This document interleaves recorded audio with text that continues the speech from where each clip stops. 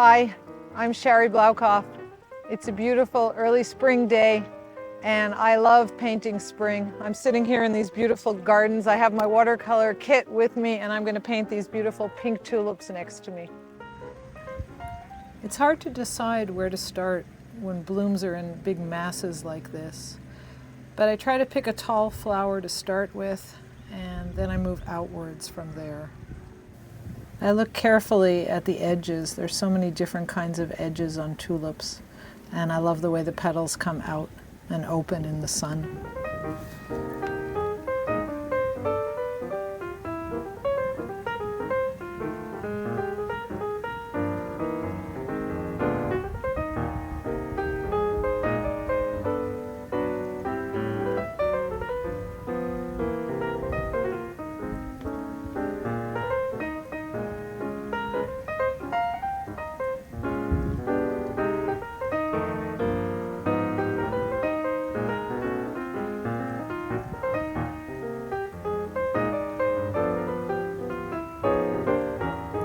I like to draw an odd number like 3 or 5 tulips.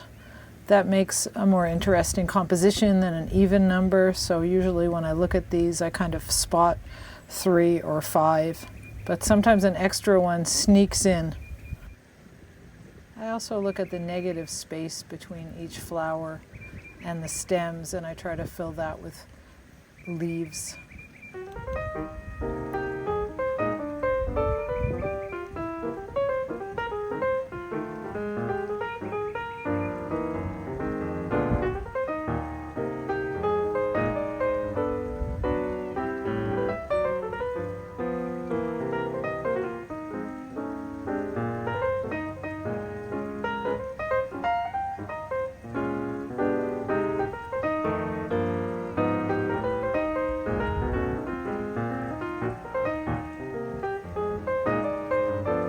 Instead of having space between each flower, I try to group some of the blooms, which makes a more interesting composition. So I sometimes start with 2 or 3, and I look for spaces where I can add another one, and that makes it more interesting both in the drawing and when I paint.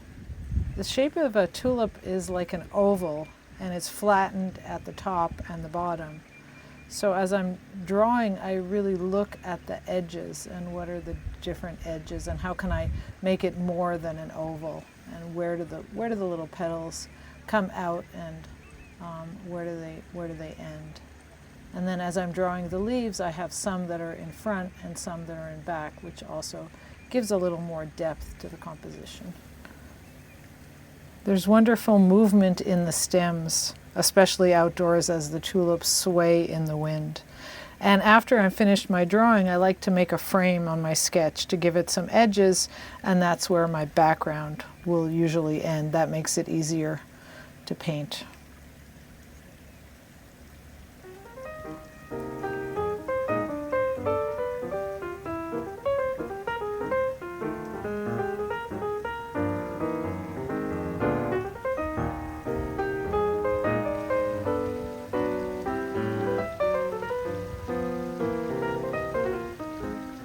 I usually start by painting the flowers.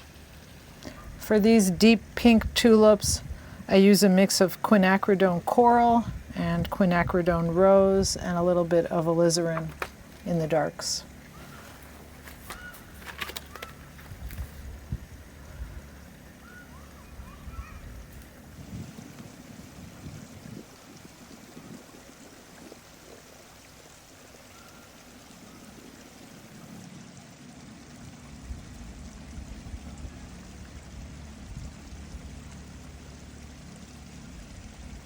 Sometimes I wet the flower with lightly tinted water, and then I let more saturated color travel up into the wash.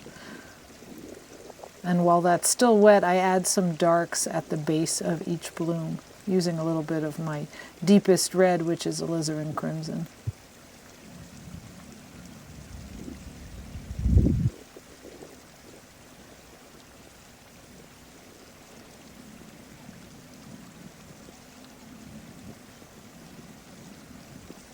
Since there's so much variety in these pink tulips, I try to make each one a little bit different. Some are lighter in the center and darker at the edges. Some are fully saturated red.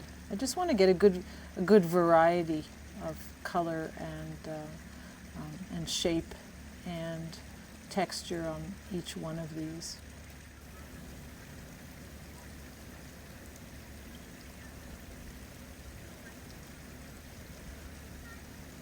Sometimes I even add a little bit of the brilliant orange that I have on my palette just to make one a little warmer than the rest.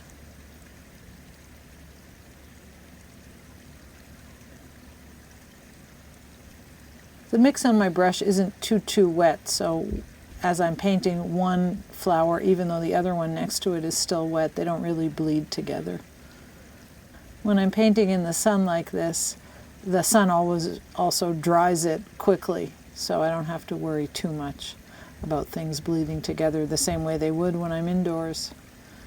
The sun helps to dry things.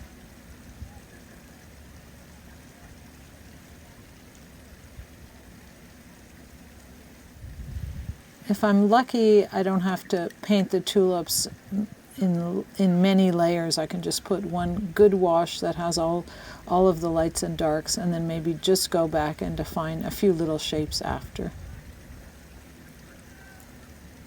The idea is to use the white of the paper coming through and making those tulips really luminous. Tulip foliage is a bluish green, so my mixes always include a lot of blue, but I start with a more yellowish green for the stems and then get more bluish in the leaves.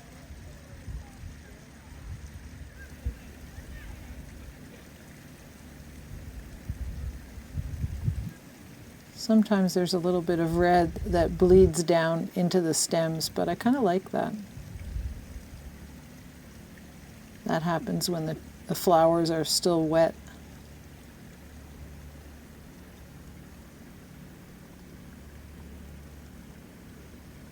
You have to have a brush with a good point on it to paint tulip stems. I try to make each stem and each leaf a little bit different, so I'm constantly changing the mix as I go, adding more yellow or adding more blue to it. And because the leaves are quite big in this case, I'm making sure that I get a lot of water on my brush, so I really add lots of pigment and then lots of water.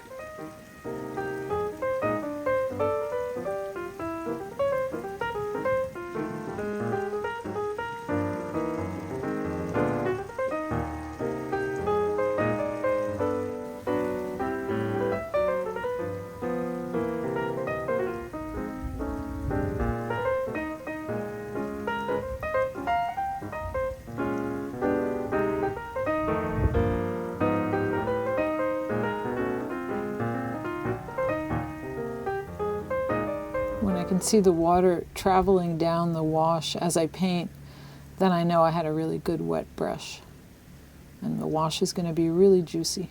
There's always a little shadow under the tulip that the tulip itself casts on the stem, so I like to include a little bit of that shadow.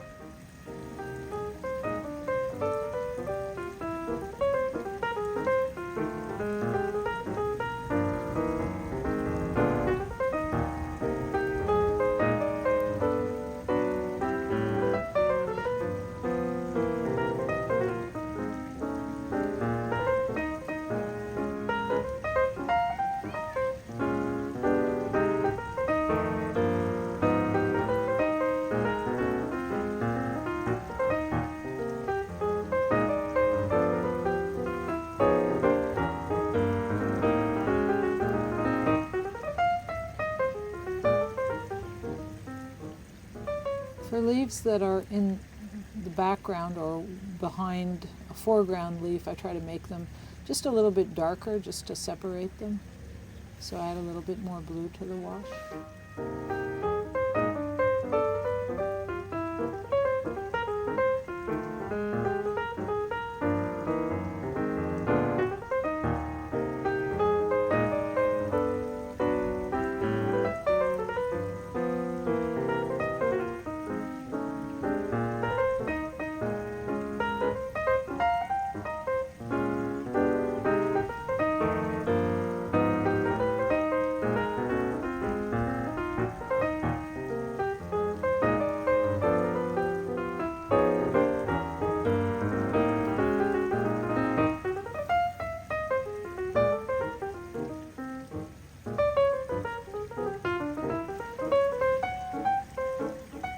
My second wash is a little bit darker because it usually includes the shadows under the blooms and also the darks in the leaves. And I like to capture the way those tulip leaves curl.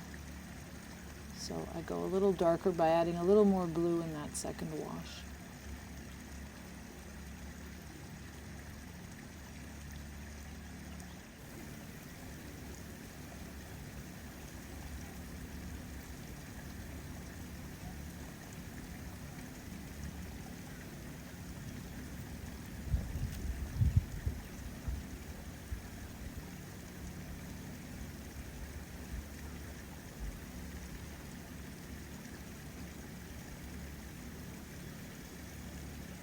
I don't want to overwork these, so I try to just do 2 layers of green and not much more.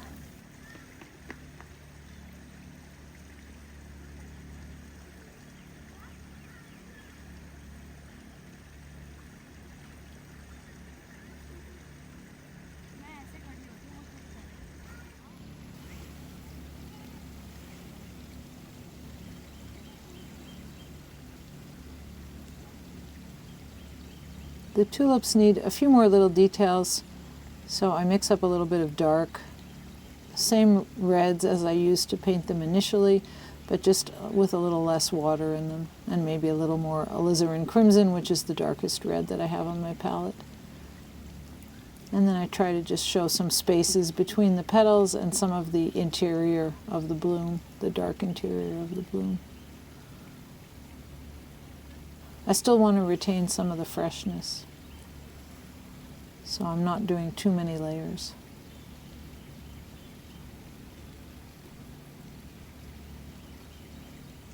Even though there are so many tulips behind these, I think I'll just simplify it and I'll make my background a pale yellow green to reflect the early spring day. I have to mix up enough wash to cover the whole background, so there's a lot of water in that pale green wash.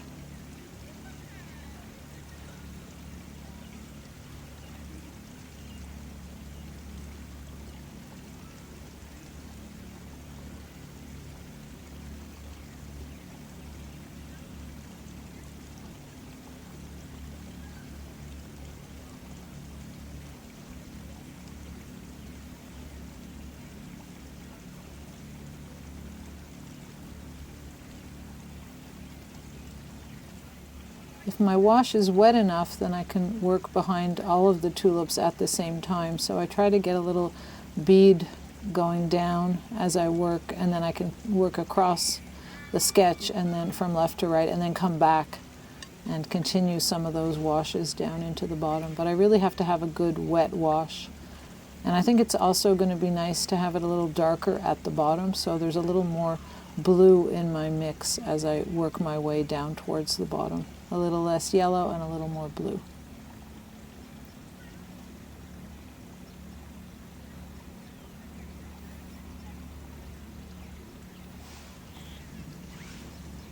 I have to work from left to right on that background because I'm right-handed, and if I work from the right side and go towards the left, I'll smudge the wash and get my hand in it and make a big mess. So I have to remember always to go from left to right on that background.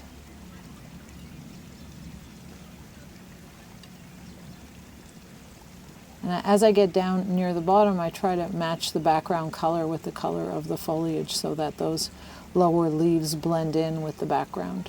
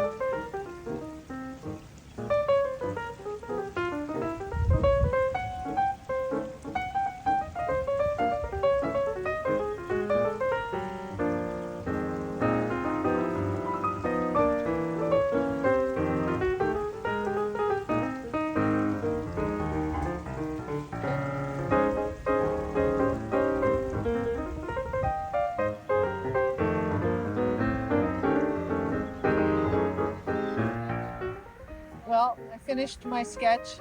Used lots of pinks for this, and I hope I captured the bright spring day and these beautiful gardens.